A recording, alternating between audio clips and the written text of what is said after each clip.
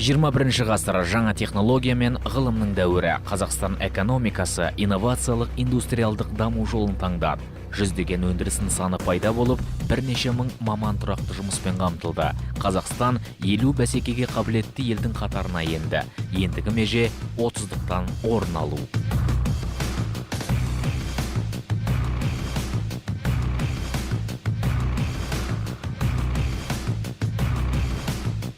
Бұл стратегия бүкіл халықтың мызғымас бірлігі менен зор жауапкершілігін талап ететін үлкен емтихан.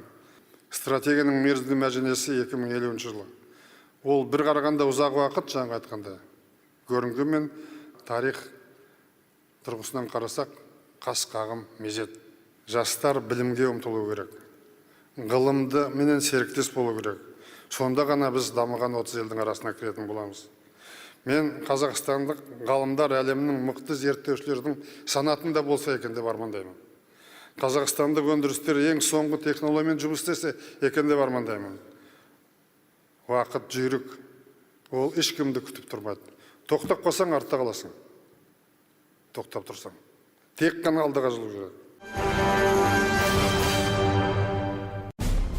1991 жыл Кеңес одағы құлап, тәуелсіз Қазақстан Республикасы құрылды.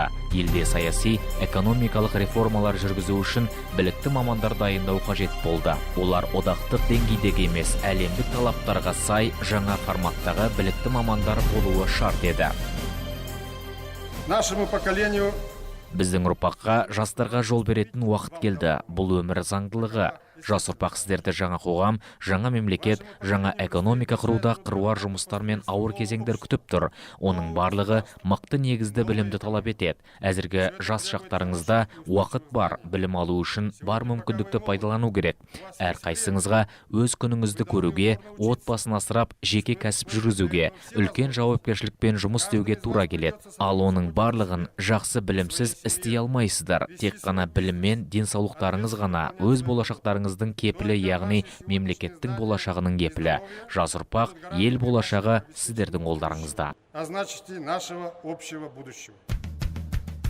1993 жылдың 5 қарашасы күні президент Нұрсұлтан Назарбаев шетелде маман дайындау үшін Қазақстан Республикасы президентінің болашақ стипендиясын тағайындау туралы жарлыққа қол қойды. Қазақстан Республикасы президентінің қаулысы экономикалық, нарықтық қатынастарға көшу мен халықаралық байланыстардың жан-жақты дамуына орай білікті мамандарға деген сұраныс аса күшейді. Сол себепті тиісті дайындығы бар жастарды шетелдің мәртебелі оқу орындарына аттандыру кезек күттірмейтін шаруа. Қаулы етемін.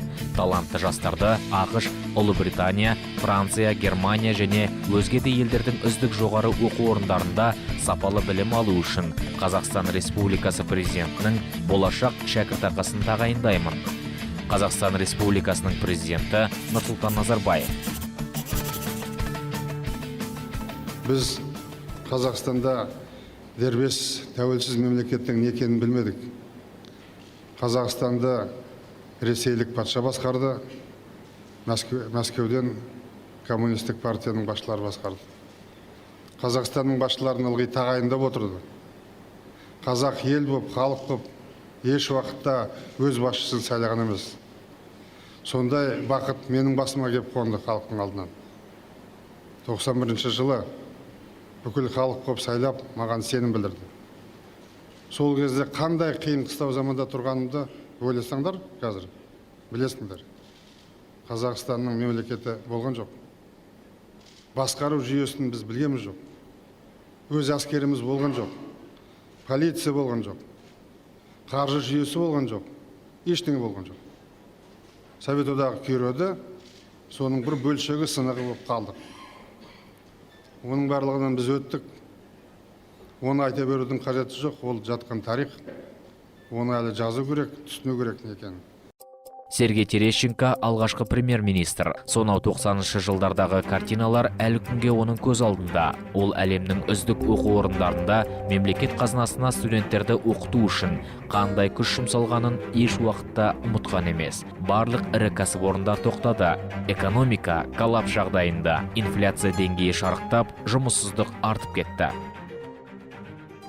Нет, идея возникла у президента. Бұл президенттің идеясы. Бір күні ол мені өзіне шақырып алды. Ұмытпасам, 1993 жыл болу керек. Сергей, біз нарықтық экономикаға көшіп жатырмыз. Екеуміз оны оқыған жоқпыз. Социалистік мемлекеттен капиталистік қоғам құрмақшымыз. Яғни бізге кейін осы мемлекетті және ондағы барлық кәсіпорындарды басқаратын дайын мамандар қажет. Сондықтан мен ойлана келіп, мынадай бағдарлама ойлап таптым. Бізге талантты жастарды шетелде оқытуға қаражат табу керек. Олардың тілі болуы тиіс. Олардың ел экономикасын алға сүйрейтін білімі мен біліктілігі жоғары болуы керек. Америка, Англия, Сингапур мен Малайзия тәжірибелерін игеруі керек. Президент қысқасы ақша деді. Біз ары қарап, бері қарап, мемлекеттік резервте біраз алюминий және біраз мыс бар еді, соны саттық. Шетелде маман оқыту дәстүрі ежелден бар. Екінші дүниежүзілік соғыстан кейін Жапония жас мамандарын Америка мен Европада оқытып, мүлдем жаңа мемлекет құрды. Олар кейін Жапон ғажайыбының авторлары атанды. Борис Годунов 1602 жылы 18 Мәскеу дворянын Англия, Франция, Германияға оқуға жіберді. Ал 1696 жылы 1 Петрдің дворян жастарын шетелде оқыту туралы жарлығы шықты. Италия, Голландия және Англияға аристократиялық тектің 28 өкіл аттанды. Олар елге оралып, қала салды. Кеме жасап күшті флот құрды, саудаға жан бітірді. Аристократтар өз қаражатына оқыды, ал Қазақстан мемлекет есебінен әлемнің үздік университеттерінде білім алуға, ел азаматтарының барлығына дерлік тең жағдай жасады. Әсіресе аз қамтылған отбасылардың балаларына мүмкіндік берілді. Болашақ бағдарламасы игерілгеннің 2/3 мемлекеттік емес сала қызметкерлерінің, зейнеткерлердің балалары. Президент дұрыс айтады. Азаматтар оған көңіл бөлмеңдер. Талантты адам болса, соның жанында жиналайық. Талантты маман болса, соның жанында жиналайық. Талантты бір дұрыс жұмыс жүріп жатса, соның маңында жиналайық. Осының бәрі деген біздің қазақтың халқына тиімді. Мен ойлаймын, осы 100%-тің бір 10%-ті ақылды азаматтар, білімді азаматтар болса, 100%-ның бәрін асырайтын сияқты. Мен 95 жылы білім министрі болып келгенімде,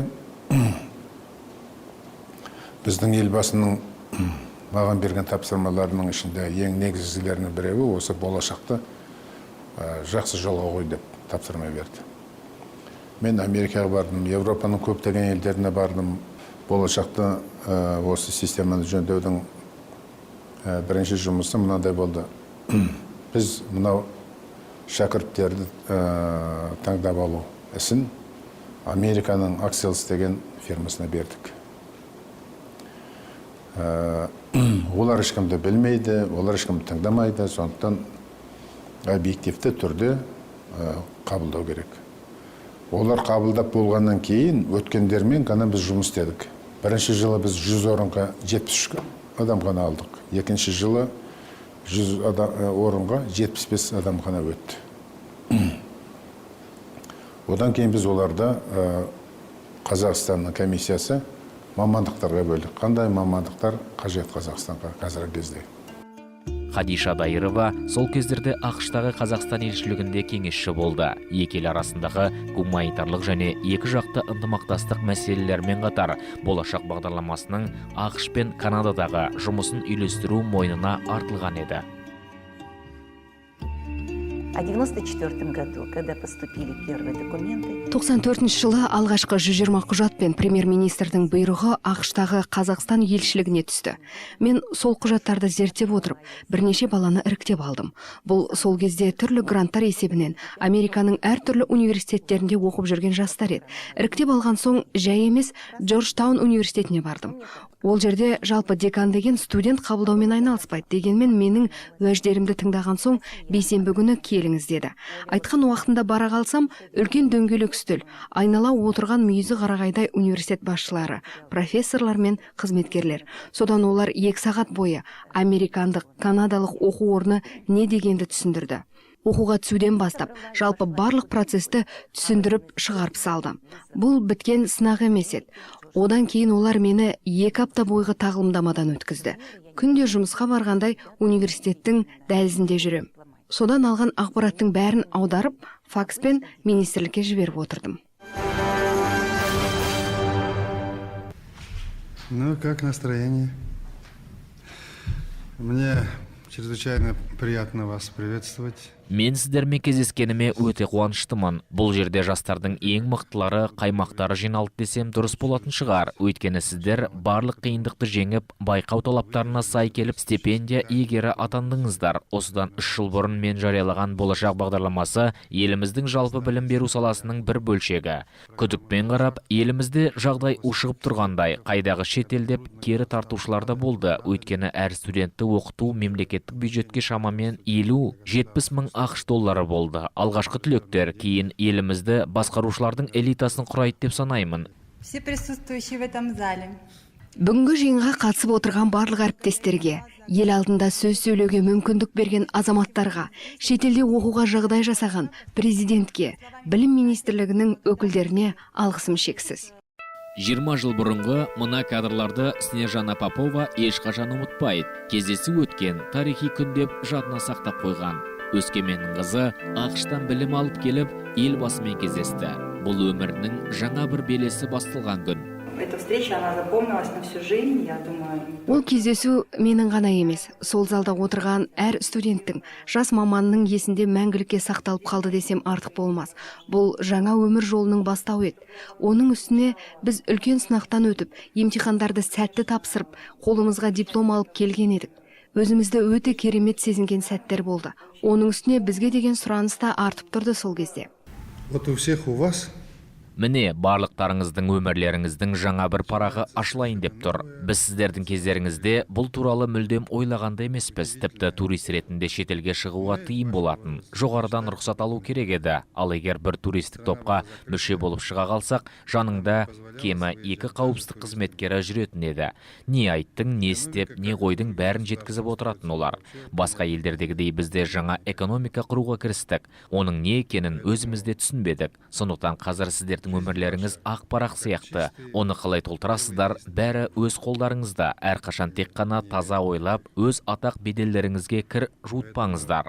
Қиындыққа қарамай осындай мүмкіндік жасаған отанға деген сүйіспеншіліктеріңіз арта берсін. Бақыт пен бақ тілеймін. будьте всегда в помыслах чистыми, как этот чистый лист. Находясь на учебе в 1997 году, 1997 жылы Америкада оқып жүрген кезімізде бізді президентпен кездесуге шақырды. Бұл Нұрсұлтан Әбішұлының ақшқа келіп мұнай-газ саласындағы 2 ірі келісімшартқа қол қойған кез еді. Кездесу барысында бізге елбасының сыйлығы тапсырылды. Ол 2030 жылға дейінгі стратегиялық даму жоспарының кітап нұсқасы еді. Өте қызық жағдай. Президент атынан таратылған кітап ішінде конверт бар еді. Президент алыңыздар. Бір кездері мен де студент болғанмын. Студентке оңай емес. Ақша деген еш уақытта жетіспейді. Бұл президенттің бізге деген бір үлкен ілтипаты, жанашырлық еді. Стан Абишевич сказал, я сам был когда-то студентом. Там есть конверт и от меня небольшой подарок. Стипендиаты программы «Балашак» за 96-8. Болашақ стипендиясының 96-98 академиялық жылдардағы түлектердің үлгірімі өте жоғары. Олар 4 балдық жүйеде 3,43 балл жинады. Бұл Америка университеттерінің үздік диплом бағасы.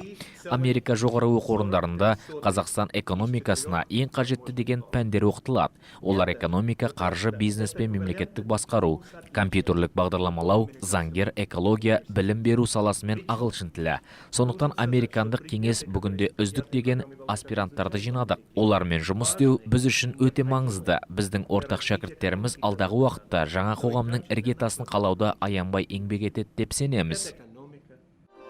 1997 жылы Қазақстан 2030 стратегиялық даму жоспарымен айшықталды. Бұл елдің ұзақ мерзімдік жоспарлауға көшкен түседі. Аталған құжат болашақ бағдарламасына да өз өзгерісін енгізді. Возвращаясь по нынешним меркам далекий 97 год. Сонау 1997 жылға оралсақ, бұл 2030 стратегиялық жоспардың жарияланған кезі. Елбасы үлкен тапсырмалар жүктеді, оны түсінбегендер де табылып жатты. Ал ол кезде біз азиялық дағдарыстың алдында тұр едік. 98 жылы тағда үлкен экономикалық қысым күтіп тұрған. Біз болашақ стипендиясының иегерлерін іріктеп қойдық. Бірақ бюджетте қаралған қаражат қиын сындарды еңсеріп, стипендия иесі атанған жастардың жартысында оқуға жіберуге жетпеді. Сол кезде тағы да президенттің тәуекелге барып, өте маңызды дұрыс шешім қабылданғанын айта кету керек. Бізді сол кездерде білім министрлік шетелге жіберіп жатқан кездерде айтады, бізге бірден анық айтқан еді. Біз сіздерге төлейтін ақша жоқ оқуларыңызға. Сондықтан 3 айдан кейін мүмкін біз сіздерді қайтарып алып келеміз деген. Бірақ сол кезде есімізде бар, 3 айдан кейін біз қарызға оқып жүрдік Америка құрама штаттарда. Сонда бізді бір күні елшілік жинатты, елшіміз жариялаған еді. Сіздің мәселелеріңіз шешілді, президенттің арқасында. Ол кісі болашақ бағдарламаны секвестрге жібермей, үкіметке нақты тапсырманы берді, қаржыны тауып, 50 шақты бала шетелде болса, соның бәрін оқуларын төлеп, болашақ бағдарламаны қысқартпай, әр қарай оны жалғастыра береміз деген тапсырма берген. Болашақ бағдарламасы ел экономикасының локомотивіне айналуы тиіс еді. Алайда оған сенбеушілер қатары көп болды. Біреулер бұл оны қол жетпес арман деп санаса, енді біреулер сәтсіз аяқталатын жоба деп есептеді. Ең біріншіден болашақ бағдарламасына баратын жастарды оларды қабылдау деген өзі бірталай жұмыс болды. Өргі сапасы, біліміздің сапасы жоғары деңгейдегі балалар жіберу қажеттілігі туды. Сондықтан бүткіл республикада арнайы конкурс жарияланып, әрбір регионнан тиісті білімі бар, сол критерийге қажетті білімі бар жастардың үш жерде республикалық комиссиядан өтті. Мен айтайын дегенім, бірінші жылдары шынымен де өзі болашақ стипендиясын дайындағанда біз гуманитарлық жағына көп көңіл бөліп жүрдік. Экономикаға, гуманитарлық жағына, юристерді дайындау көп болып кетті. Стипендия иегерлері бастапқыда ақш, Ұлыбритания, Германия және Франция елдерінде оқыды. Шәкірттерін шетелде оқытам деген Қазақстан алғашқыда британдық кеңес, герман академиялық алмасу қызметі және Campus France ұйымдарымен әріптестік орнатты. Кампус Франс агенттігі сыртқы істер және білім министрлігіне қарайды. Ол шетелде білім алу, шетелдік студенттердің Францияға қабылдау және түрлі стипендиялық бағдарламаларды қадағалайды. Кампус Франстың әлемде 250-ге жуық филиалында 500-ге жуық қызметкер жұмыс істейді. Қазақстанда Алматы және Астанада өкілдіктері бар. Болашақпен арадағы қарым-қатынасымыз екі елдің стратегиялық ынтымақтастығының негізі деп айтуға болады. Бүгінде нақты ғылым, медицина, ауыл шаруашылығы, гуманитарлық сала, инженерлік ғылымдар мен журналистика, урбанизация саласында байланыс орнатылды. 1994 жылдан бері қазақстандық 250 студент Францияда білім алды. Бұл жалпы 8-ші нәтиже. Қазақстандық студенттердің көбейгенін қалаймыз. Кампус Франс филиалдары осы бағытта жұмыс істеп жатыр.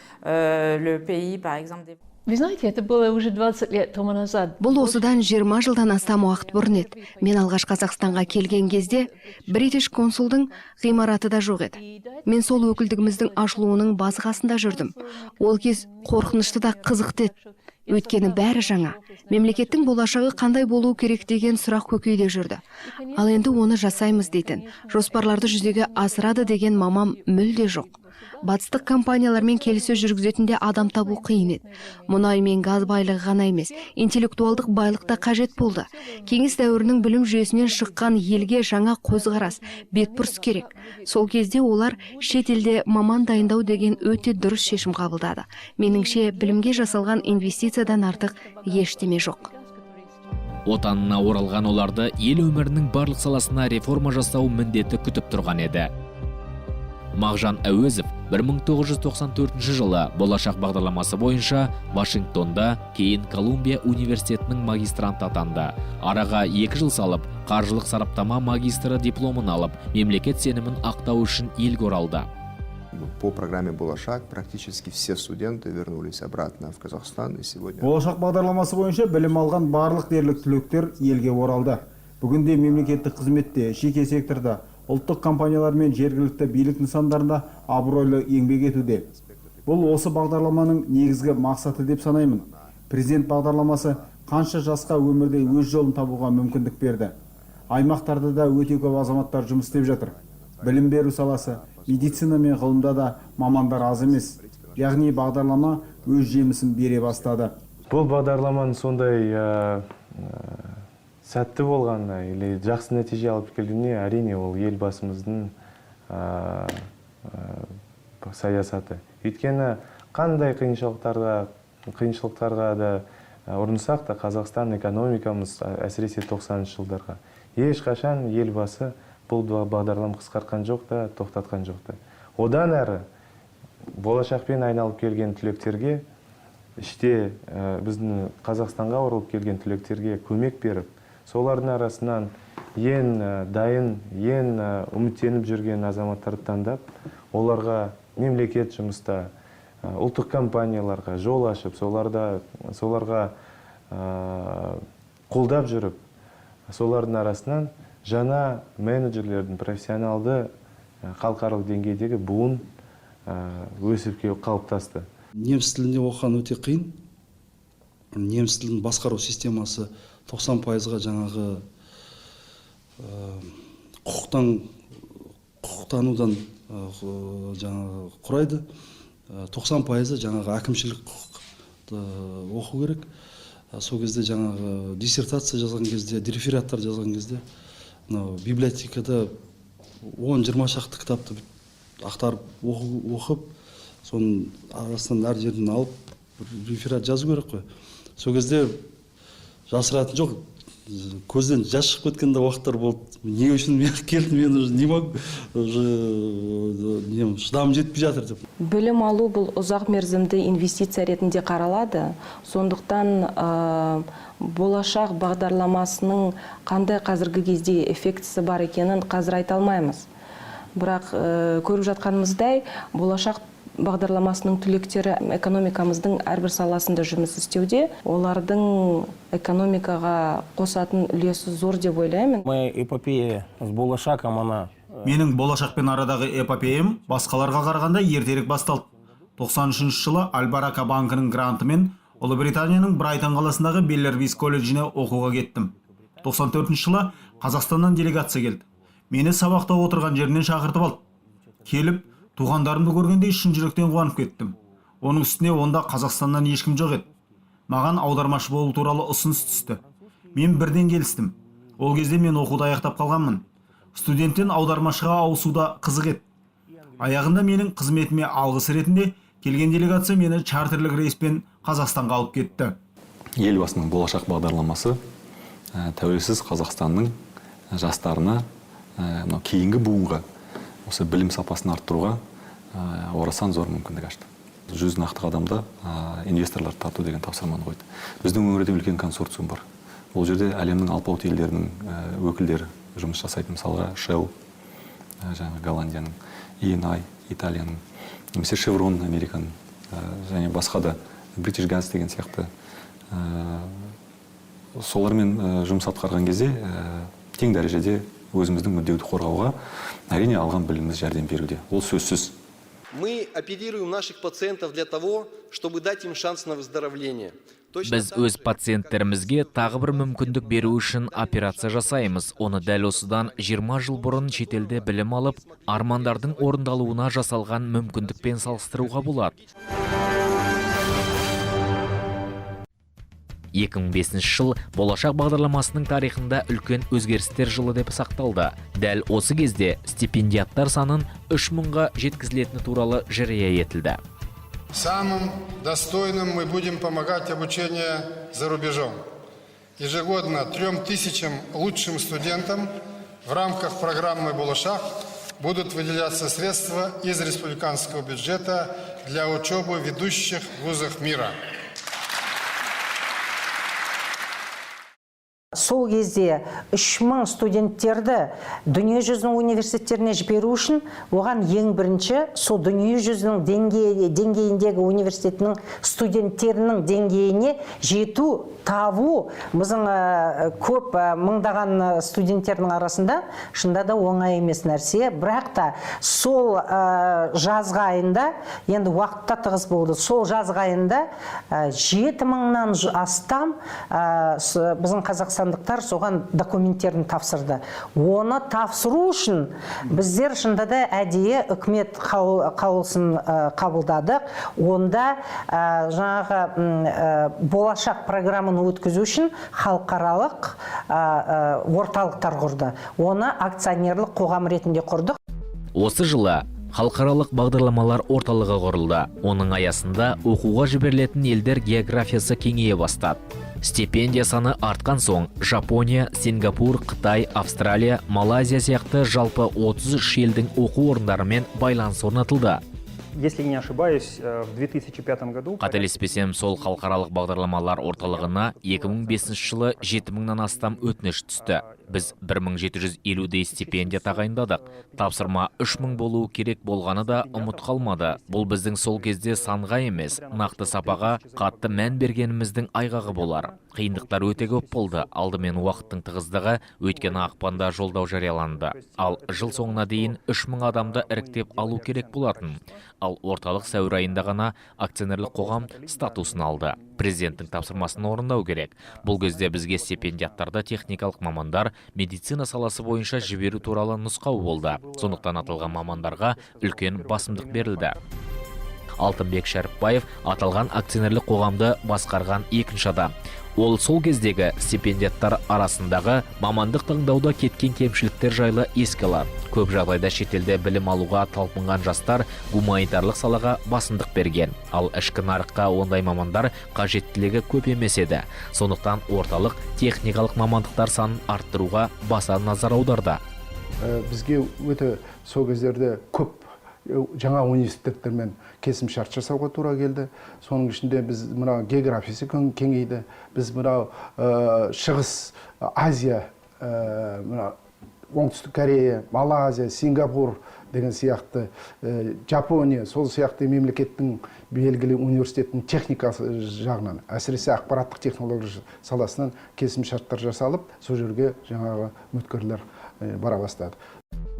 2007 жылдың соңына қарай болашақ бағдарламасымен оқып келген 200 маман түгелдей жұмысқа орналасып, 100% көрсеткішке қол жетті дейді Қадиша Дайырова. Ол орталықтың директоры болған тұста Қазақстан Республикасы Индустрия және сауда министрлігінің сауда саясатын дамыту орталығымен келісімшартқа қол қойылды. Құжатта аталған орталық болашақ түлектерінің жұмысқа орналасуына қол ұшын беруі көзделген болатын.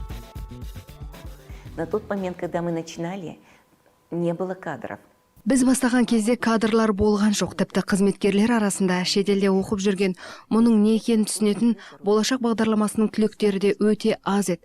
Мамандарды үйретуге тура келді. Сәйкессіздіктер жиі кездесті, тіпті ағылшын тілінің деңгейінің өзі өте төмен болды. Бірақ сол кездегі қызметкерлердің ерік-жігері, жұмысқа деген құштарлығы мен жауапкершілігі өте жоғары болғанын ескеру керек. Олар жұмыстан басқа ештеңеден бас ауыртпай, күніне 20 сағатқа дейін тапжылмай еңбек етті. Біз министрліктің 6-шы қабатында отырған едік. Ол кезде жаңа құрылған акционерлік қоғам тексерістен де көз ашпайтын еді. На тот момент много было проверок. Халықаралық стипендия иегерлері 2008 жылы болашақ бағдарламасының 15 жыл толуына орай арнайы форум өткізді. Болашақ бағдарламасының 15 жылдығы баршаларымызға құтты болсын. Сол кезде қабылданған бағдарлама сол арқылы дүние жүзінің үздік оқу орындарынан бітіріп маман алған сіздер бақытты болыңыздар, денсаулықтарыңыз зор болсын. Біздің қазақтың ата-бабамыздан қалған кең байтақ жері бар. Дүние жүзіндегі 9-шы орындамыз. Жердің қойнауында қыруар кен бар. Оның екі ортасында біздің халқымыз бар. Сауатты, отанын жерін сүйетін. Осы халыққа өткен ғасырдың аяғында біздің буынға, басымызға үлкен бақыт орнады. Ата-бабамыздың төккен қаны, аналардың құйылған жасы орындалып, тұңғыш рет дүниенің қартасында Қазақстан деген тәуелсіз мемлекет пайда болды. Сендер барлықтарың бақытты балаларсыңдар. Сол тәуелсіз мемлекетті орнатқан ата-ананың ұландарысыңдар. Мұндай уақыт ешқашан болмайды бұл енді ұрпақтарға. Бұл заман осымен кетеді. Қазіргі жасалып жатқан шаруаның барлығы қайталанбас тарихи тамаша кезең. Боламыз ба, болмаймыз ба деп 7 жыл біз арпарыстық. Қазақстан ел бола ма, болмай ма? Мемлекет бола ма, бола алмай ма? Тек қана 1999 жылдан бастап біз өсіп өркендей бастадық. Қазақстанды бүгінгі жағдайға келтірдік, оны білесіңдер. Дүние жүзіне белгілі болды, экономикасы көтерілді. Ол аз. Тек қана соны жасадық деп біз қалсақ, біз тағы да артта қаламыз. Совет одағы батыстан 40-50 жыл артта қалып қалды. Біз ылғи соны қуалап жетеміз деп артында жүруге болмайды. Солай ғой? 2008 жылы мемлекеттік қызметкер ғылыми педагогикалық сала мамандары және ауыл жастарына арналған арнайы квоталар енгізілді. Бұл аймақтағы талантты жастардың шетелде оқу мүмкіндіктерін кеңейткен еді. Сол кезде бір жылдық тағылымдамаларға жіберу үрдісі де пайда болды. Онда негізгі біздің мақсатымыз, бізге алдымызға қойылған үлкен тапсырма, ол болашақ бағдарламаның қолжетімділігін арттыру. Енді өздеріңізге мәлім, болашақ бағдарламасының бірінші 10 жылдығында, 15 жылдығында кішкене жабық, элитарлық бір бағдарлама деп, сондай халықтың, қара халықтың көзінде сондай бір бейнесі болды да, болашақ бағдарлама, жабық бағдарлама. Сол пікірді, сол бейнені жою үшін, жоққа келтіру үшін бірнеше үлкен ауқымды шаралар жасалды. Біріншіден біз үлкен ақпараттық бағдарламаны жібердік, үлкен ақпараттық жұмыс атқарылды. Екінші үлкен ауқымды шара, біз мысалы бұрыннан өңірлерге комиссиялар жіберетін болғанбыз, құжаттарды қабылдау үшін. Бірақ біз енді бір айға, сондай ұзақ мерзімге алдын ала комиссияларды жіберіп, үлкен кеңінен ауқымды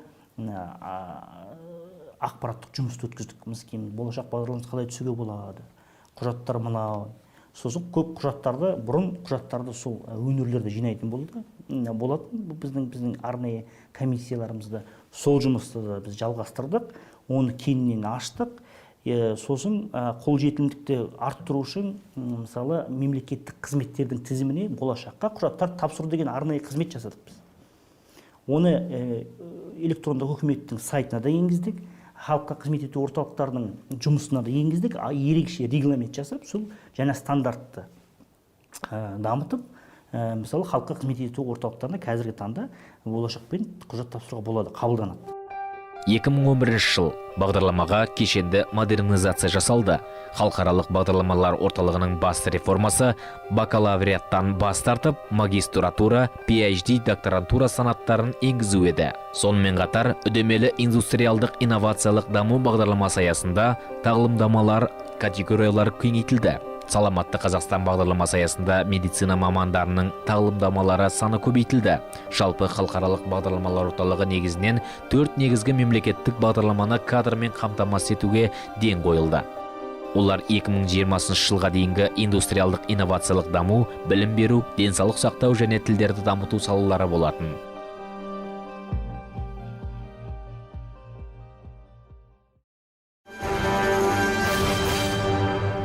Осыдан 20 жыл бұрын қандай едік? Тыңнан сүрлеу салу, жарға емес, жарқын болашаққа елді бастау, сіздің елбасы ретінде еншіңізге тиген тарих жүгі осындай еді. Сол қиын кезге қарамастан, шетелдің ең үздік оқу орындарына жастарды жіберу туралы бастама көтердіңіз. Нанға зары болып жатқан 93 жылы бұл қалай деушілер болды? Сіздің көкейдегі арман жарқын болашақ еді. Ендеше болашақтың кілті жастар екенін сіз таныдыңыз. Күмән келтіргендер аз болған жоқ. Тәуекел ақталды. Бір кезде арқаның төсіндегі алақандай ақмола әлем таныған астанаға айналатынына сенгеннен сенбегендер көп болған. Бұл тәуекелде ақталды. Программа «Болашак» пересекла рубеж 10 тысяч стипендиатов. И честь получить 10-тысячное свидетельство лично от основателя программы, нашего президента Нурсултана Назарбаева, выпала Кожахметову Азимхану.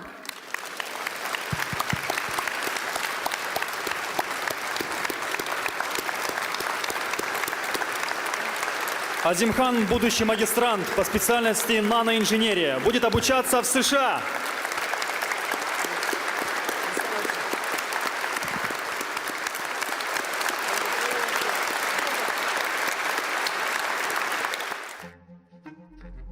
Бүгінде халықаралық болашақ стипендиясын дамытудың 2016-2020 жылдарға арналған жоспары бекітілді. Аталған құжатта бағдарламаны жетілдірудің негізгі бағыттары айқындалған. Онда стипендияның сапасын арттыру мен сплит PhD жобасы аясында оқудың жаңа ережесіне ерекше назар аударылған. Соңғысы екі серіктес жергілікті және шетелдік жоғары оқу орындарының базасында түрлі зерттеулер жүргізуге мүмкіндік беретін докторантураның әртүрлі бағдарламалары болып табылады. Бүгін болашақ бағдарламасы қарқынды дамып келеді. Біздің басты мақсатымыз болашақ бағдарламасының пайдасын, тиімділігін одан ары арттыру. Ол үшін өткен жылдан бастап тілдік дайындықты ағылшын тілі бойынша біз Қазақстанда жасаймыз. 6+6 модель бойынша. Ол дегеніміз 6 ай Қазақстанда оқытып, келесі 6 айын шетелге жіберіп жатырмыз. Одан кейін осы жылы жаңа санат жасалды. Инженерлік техникалық мамандарға. Бұндай болмаған дүние. Осы жылдан бастап инженерлерді, техникалық мамандарды біз шетелге магистратураға жібереміз. Одан кейін MBA бағдарламасы бойынша 95 жылы тоқтатылған бағдарлама осы жылдан бастап жаңадан ашылды. Әлемдік өркениетте өзінің мәртебелі орнын белгілеген Қазақстан үшін білім мен ғылымның мәні және маңызы айрықша. Елбасы Нұрсұлтан Әбішұлы Назарбаев белгілеп берген Қазақстан 2050 стратегиясында бәсекеге қабілетті дамыған мемлекет болу үшін біз сауаттылығы жоғары елге айналуымыз керектігі нақты көрсетілді. Сондықтан алдағы уақытта отандық экономиканың одан әрі өркен жаюында және еліміздің әлемдегі ең озық 30 елінің қатарына кіруінде әлемдік талаптарға сай келетін білімді де білікті мамандарды дайындау міндеті тұр. Тәуелсіз ел болып, Қазақстанда жеке мемлекет жасау, оны көтеру деген ұлы мақсат алдымызда тұрды. Соның ішіндегі тағдырлы қадамдардың бірі болашақ бағдарламасы еді. Алдамызда мемлекеттің қаражаты болмаса да, егер де біз кадрлар дайындайтын болмасақ, алдыға қарай жылжыту мүмкіншілігіміз болмады. Себебі жекешелендіріп біздің мекемелердің барлығын сыртқы инвесторларды тарту керек. Ол инвесторлармен солардың тілінде сөйлейтін біздің мамандар керек еді. Бағдарламаны жүзеге асырудың механизмдерін жетілдірудегі мақсатты жұмыстардың нәтижесінде 2014 жылы Майамиде өткен 8-ші халықаралық Going Global конференциясында әлемнің 11 стипендиялық бағдарламасы арасында болашақ үздік деп танылды. Болашақ бағдарламасы басталғалы 11,5 мыңнан астам адамға стипендия берілген. Қазір әлемнің 33 елінің 200-ден астам оқу орнымен байланыс орнатылған. Әр уақытта қарышты қадам, табысты еңбек тілеймін жас достар. Еліміздің болашағына, Қазақстанның болмысына дүние жүзінің алдында қуанатын болыңдар.